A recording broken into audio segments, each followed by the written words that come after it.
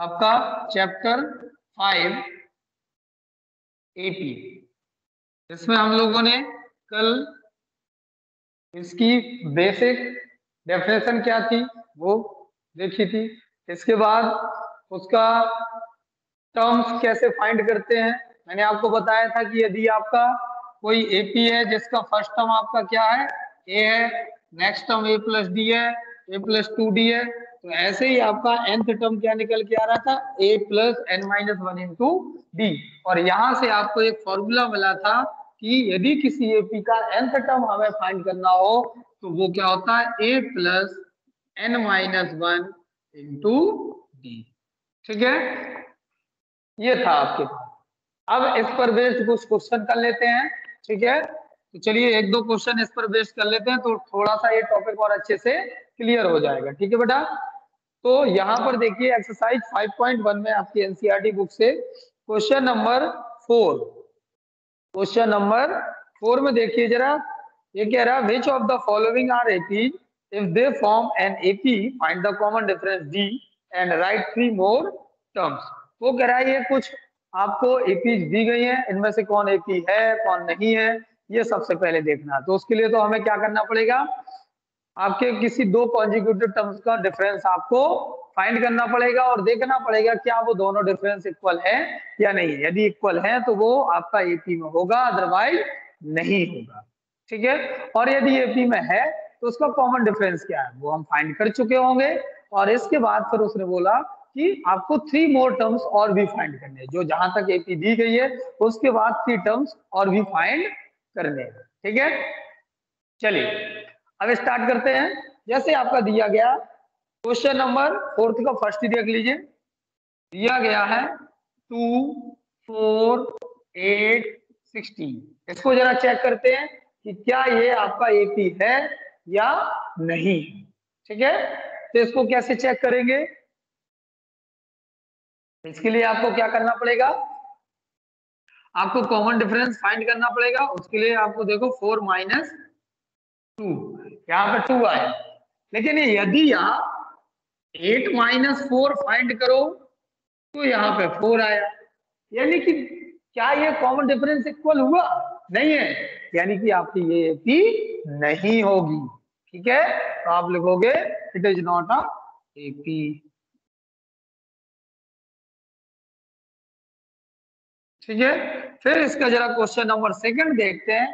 Question number second में दिया 2, 5/2, 3, 7/2,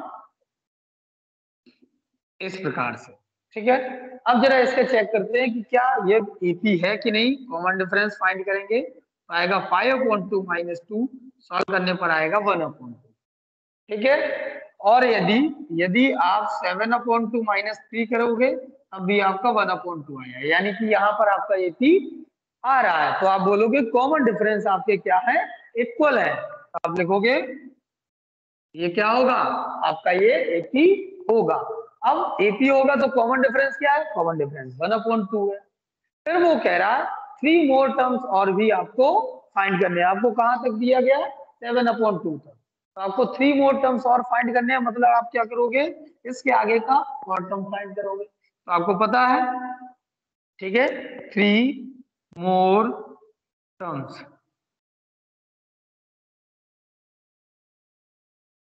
ठीक है, कैसे फाइंड करोगे, आपका जो सबसे लास्ट में जो टर्म दिया गया उसमें आप 1/2 ऐड कर दो तो आपका अगला टर्म आ जाएगा। फिर जो आए उसमें फिर 1/2 ऐड कर दो तो फिर उसके आगे वाला टर्म आ जाएगा, यानी कि आ जाएगा 7/2 प्लस 1/2, यानी कि 8/2 आ जाएगा, जिसको हम लोग 4 बोलेंगे। ऐसे ही आपका नेक्स्ट जो टर्म होगा वो क्या होगा, 8/2 प्लस 1/2, यानी कि हो जाएगा 9/2। ठीक है, ये आ जाएगा। फिर नेक्स्ट टर्म क्या होगा, 9/2 में फिर 1/2 ऐड कर दो तो ये हो जाएगा 10/2, यानी कि 5 हो जाएगा। ठीक है, इतना क्लियर हुआ बेटा, इतना क्लियर हुआ, इसमें किसी को कोई डाउट। सर जी एक बार फिर से बता दी। जो आपको टर्म्स दिए गए हैं यहाँ पे, इन टर्म्स में देखो, उसने बोला कि सबसे पहले तो ये बताइए एपी है कि नहीं। यदि एपी, कैसे चेक करेंगे एपी है कि नहीं? एपी चेक करने के लिए हमारा सबसे बेस्ट तरीका होता है कि हम उनका डिफरेंस चेक कर लें। किसी भी दो कॉन्जिक्यूटिव टर्म्स का डिफरेंस इक्वल आना चाहिए। जैसे आपने 5/2 -2 किया तो 1/2 आया, फिर ऐसे ही 3 - 5/2 किया तो भी 1/2 आया, ऐसे 7/2 -3 करोगे तब भी 1/2 आएगा। यानी कि ये आपका कॉमन डिफरेंस ऑलवेज इक्वल आ रहा है, यानी कि एक ही होगी। जबकि यहाँ पे देखिए, यहाँ पे आपका 4 - 2 किया तो 2 आया, लेकिन 8 - 4 किया तो 4 आया, मतलब कॉमन डिफरेंस इक्वल नहीं है। और जब कॉमन डिफरेंस इक्वल नहीं है तो आप क्या बोलोगे? आप बोलोगे सर ये एपी नहीं होगी, ये तो एपी। अब एपी आने के बाद वो बोला कॉमन डिफरेंस क्या है, तो कॉमन डिफरेंस तो आप पहले फाइंड कर चुके हो, कितना है 1/2। फिर उसने बोला कि 3 मोर टर्म्स और फाइंड करने हैं, मतलब इसके आगे के 3 और टर्म्स फाइंड करने हैं। तो आगे के 3 और टर्म्स कैसे फाइंड कर सकते हो? जो सबसे लास्ट वाला है उसमें कॉमन डिफरेंस को ऐड कर देंगे, तो 7/2 में 1/2 ऐड करेंगे तो 4 आ जाएगा। फिर जो 4 आया उसके आगे वाला टर्म चाहिए तो फिर 1/2 ऐड कर देंगे, तो नया आगे का टर्म आ गया। फिर उसके बाद एक अगला टर्म चाहिए, तो जो पीछे वाला टर्म है उसमें फिर 1/2 ऐड कर देंगे, तो उसके आगे वाला टर्म आ जाएगा। या इसका एक और तरीका है कि आपके पास ए दिया गया है और डी दिया गया है। ए यहाँ पे क्या है, ये आपका डी तो आपका कितना है 1/2, और ए क्या है यहाँ पे? हाँ बेटा, डी निकालने के लिए फॉर्मूला ही होता है A2 और -A1। हाँ यही होता है डी फॉर, वही तो मैं कर रहा हूँ, देखो ना, यही तो कर रहा हूँ। A2 - A1 का मतलब क्या है कि दूसरे टर्म में से फर्स्ट टर्म को माइनस करना, यही तो है। ऐसे ही यहाँ पर जो डी का बेसिक स्टैंडर्ड फॉर्मूला होता है वो होता है AN - AN-1।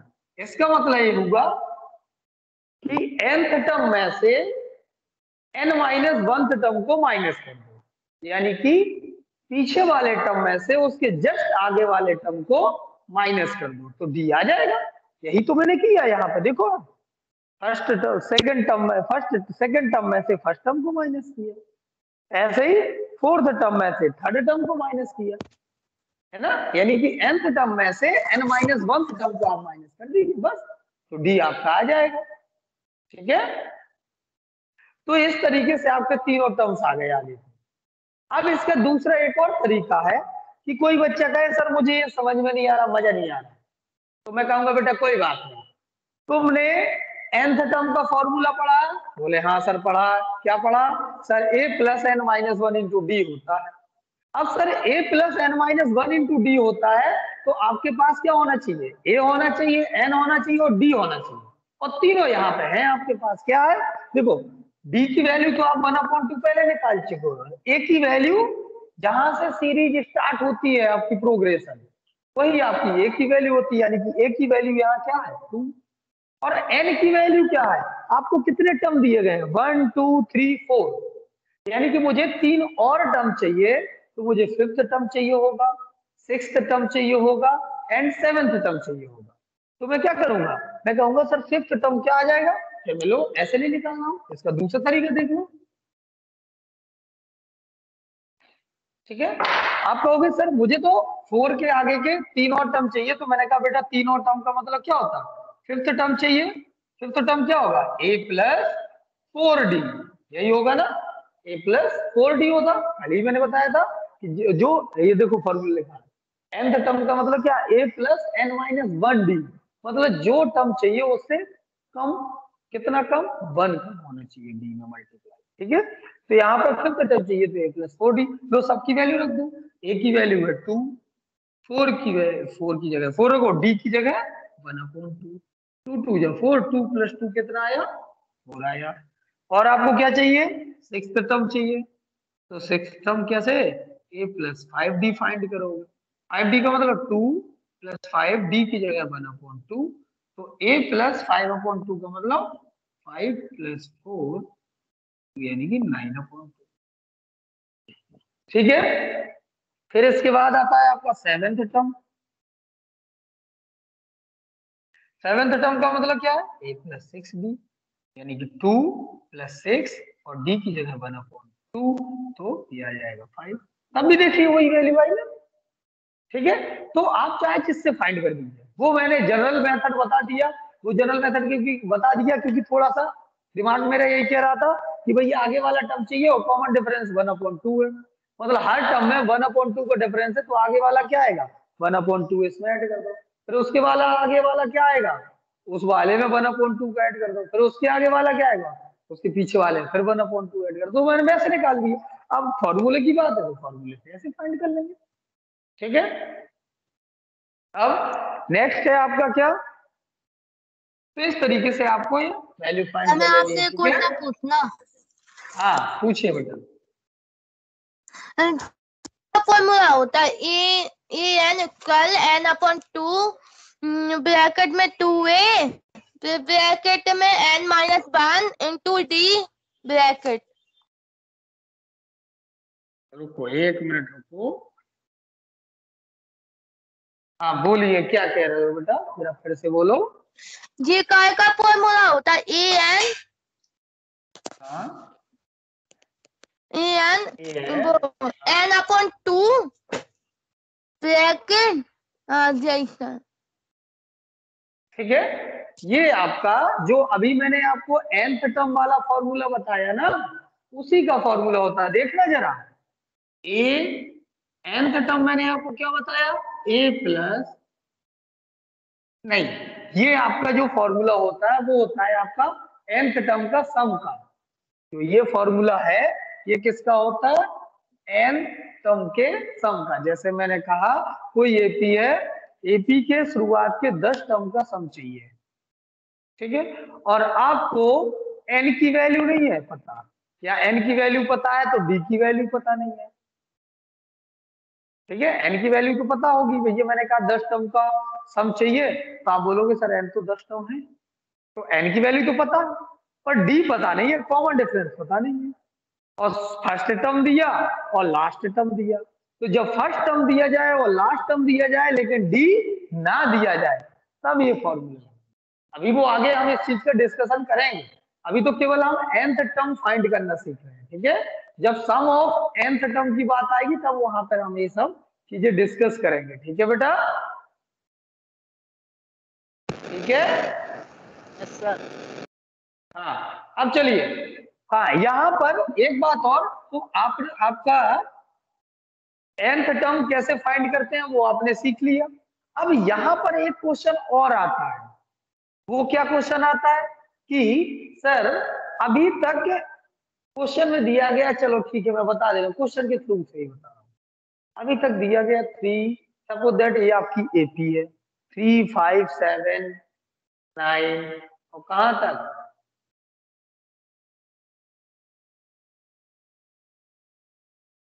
ये लास्ट वाला जो आपका जा रहा है सपोज दैट है 210 तक जा रहा है, ठीक है, सपोज दैट ऐसा मान लेते हैं 210 तक में भी जा रहा है, ठीक है, 1 से स्टार्ट हो रहा 1 3 5 7 9 और यहाँ पर लास्ट में 209 तक जा रहा है, ठीक है। और उसने कहा कि आपको पीछे से फाइंड करना है 10वां टर्म,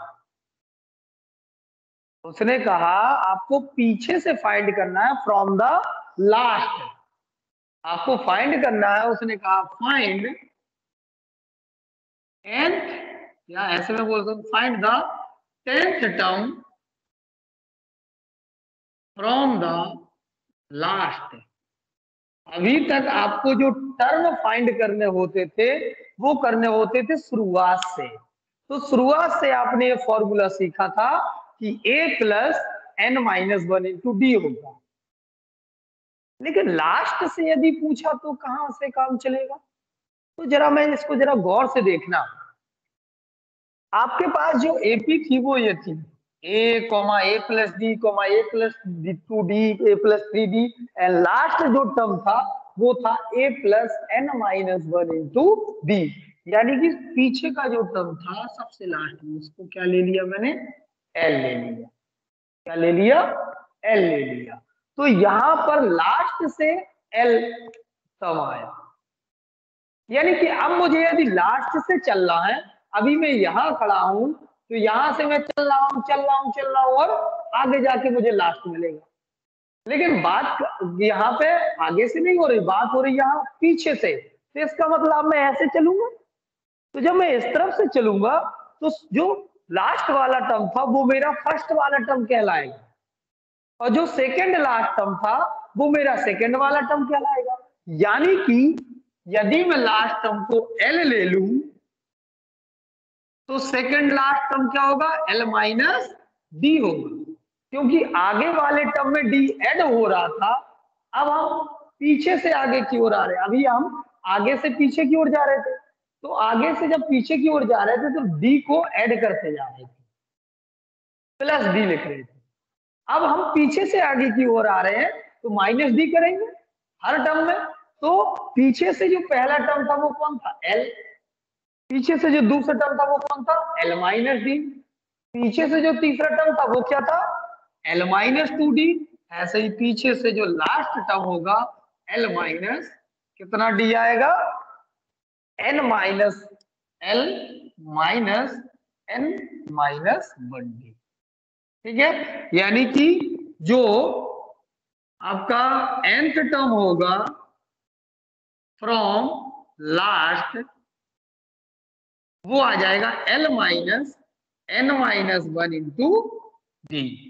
ठीक है, फ्रॉम द लास्ट को मैं रिप्रेजेंट करे दे रहा हूं एल एन से। ठीक है, तो जो आपका फ्रॉम द लास्ट टर्म आएगा वो क्या होगा बेटा?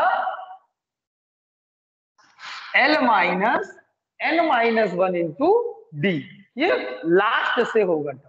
ठीक है, अब कोई बच्चा आता है और कहता है सर लास्ट वाला टर्म ही ना दिया गया हो तो क्या करेंगे? सपोज दैट लास्ट वाली वैल्यू नहीं दी गई। अब जब लास्ट वाली वैल्यू नहीं दी गई तो आप क्या करोगे फिर? तो उसके लिए आपको क्या करना पड़ेगा?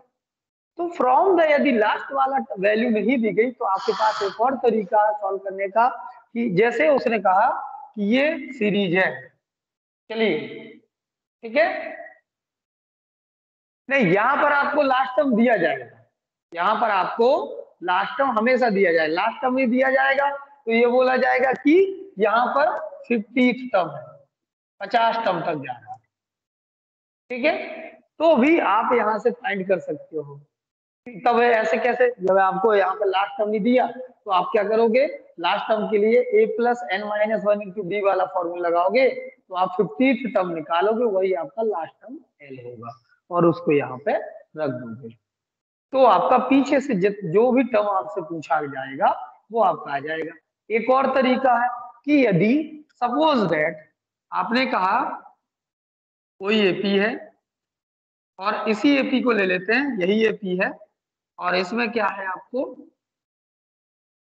लास्ट वाला टर्म जो है वो कितना दिया गया है? 209। आपने कहा सर मुझे इससे समझ में नहीं आया, मजा नहीं आया। तो मैंने कहा बेटा ठीक है तुम उसी से करो जिससे तुम्हें आता है।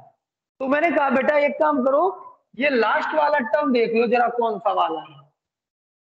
तो आपने कहा सर ये तो बिल्कुल आसान है, ए की वैल्यू दी गई है 3, वो 1 दी गई है और डी की वैल्यू दी गई है 3 माइनस 1 यानी कि 2। तो एन की वैल्यू मुझे फाइंड करना है, तो एन की वैल्यू फाइंड करना, जबकि nth टर्म तो दिया गया ना 209, nth टर्म तो आपको दिया गया है। मैंने इसको लेट कर लिया कि जो ये लास्ट टर्म दिया गया है यही आपका क्या है? nth टर्म है। तो nth टर्म तो दिया गया है 209, तो मैंने कहा nth टर्म तो मतलब क्या है? n की वैल्यू निकालूं कि आखिर कौन सा ऐसा टर्म है जो 209 है। तो मैंने कहा भैया ठीक है, लेट किया कि nth टर्म है तो आप लिखोगे a plus n minus one into d. अब nth टर्म की वैल्यू दी गई है 209, a की वैल्यू दी गई है 1, n हमें फाइंड करना है, d की वैल्यू है 2। ठीक है, फिर इधर आ जाएगा 208, 1 को इधर ले आओगे तो माइनस में जाएगा 208 और अपॉन में 2 चला जाएगा तो n माइनस 1, यानी कि यहाँ पे कैंसिल होने पर आएगा 104, 1 आएगा इस तरफ तो आ जाएगा, मतलब 105th टर्म क्या होगा? 209। लेकिन उसने आपसे क्या पूछा? वो कह रहा फ्रॉम द लास्ट बताइए कौन सा वाला टर्म होगा। ठीक है, तो लास्ट से 10th टर्म आपको फाइंड करना है। तो आप क्या करोगे, जो टोटल नंबर ऑफ टर्म आए ना उसमें से लास्ट टर्म को माइनस कर दीजिए। यानी कि आप बोलोगे from the last the 10th term is, क्या होगा, लास्ट से यदि 10th टर्म निकालना है तो शुरुआत से कौन सा वाला टर्म होगा। टोटल टर्म कितने थे, 105। तो आप 105 में से कितने 10 टर्म को माइनस कर दीजिए और जो आए उसमें +1 ऐड कर दीजिए। यानी कितना हो जाएगा, 96th टर्म होगा फ्रॉम स्टार्टिंग। यानी कि आपको क्या करना है, यदि पीछे से 10वां टर्म फाइंड करना है तो आगे से 96th टर्म फाइंड करना। ठीक है, वो कैसे निकालोगे 96? आप टोटल टर्म फाइंड कर लीजिए, जो आपका लास्ट टर्म दिया गया है उसको nth टर्म के इक्वल करिए और वहां से n की वैल्यू निकालिए और पीछे से जितने टर्म पूछा गया n में से उनको माइनस करिए, जो आए उसमें +1 ऐड कर दीजिए।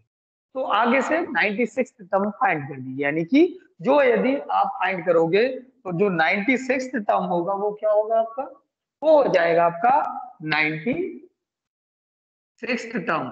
क्या हो जाएगा, आ जाएगा a + 95d। यानी कि a की वैल्यू है आपके पास 1 और 95 d की वैल्यू है 2, 1 + 1 90। यानी कि जो लास्ट से 10th टर्म होगा वो होगा 191। यानी कि शुरुआत से वो 96th टर्म होगा। और यदि इस वाले फॉर्मूले से निकालोगे तो भी यही आएगा। देखना, एल की वैल्यू आपने रखी कितनी, लास्ट टर्म 209 माइनस एन की वैल्यू 10 - 1 इंटू डी की वैल्यू 2, तो 209 माइनस 9 2 जा 18। ठीक है, क्या आ जाएगा, और 9 2 जा 18 को आप माइनस करोगे तो कितना आ जाएगा, 190। तो देखिए दोनों तरफ से आपकी वैल्यू इक्वल आई। चाहे तो आप इस वाले फॉर्मूले से करिए, L - n - 1। यदि लास्ट टर्म आपको दिया गया है तो लास्ट टर्म और लास्ट से ही पूछा गया तो आप डायरेक्टली फॉर्मूला का यूज करिए। लेकिन यदि आप कह रहे हो सर उससे मुझे समझ में नहीं आ रहा, तो मैंने कहा बेटा पहले लास्ट टर्म जो दिया गया उसको nth टर्म लेट करके n की वैल्यू फाइंड कर लो और वो जो n की वैल्यू आए उसमें से l को माइनस करो, +1 ऐड कर दो, जो टर्म आएगा वही टर्म आप आगे से फाइंड कर दो। क्लियर बेटा? Yes sir. चलिए अब आपको इससे रिलेटेड क्वेश्चन सॉल्व करके लाना है। nth टर्म से रिलेटेड केवल आपको एक टॉपिक छोड़ देना, sum of nth term of AP. ठीक है, बस इस वर्ष को टॉपिक को छोड़ देना, बाकी जितने भी nth टर्म से रिलेटेड क्वेश्चन है वो सारे के सारे आपको सॉल्व करने हैं। ठीक है बेटा? Okay sir. ओके।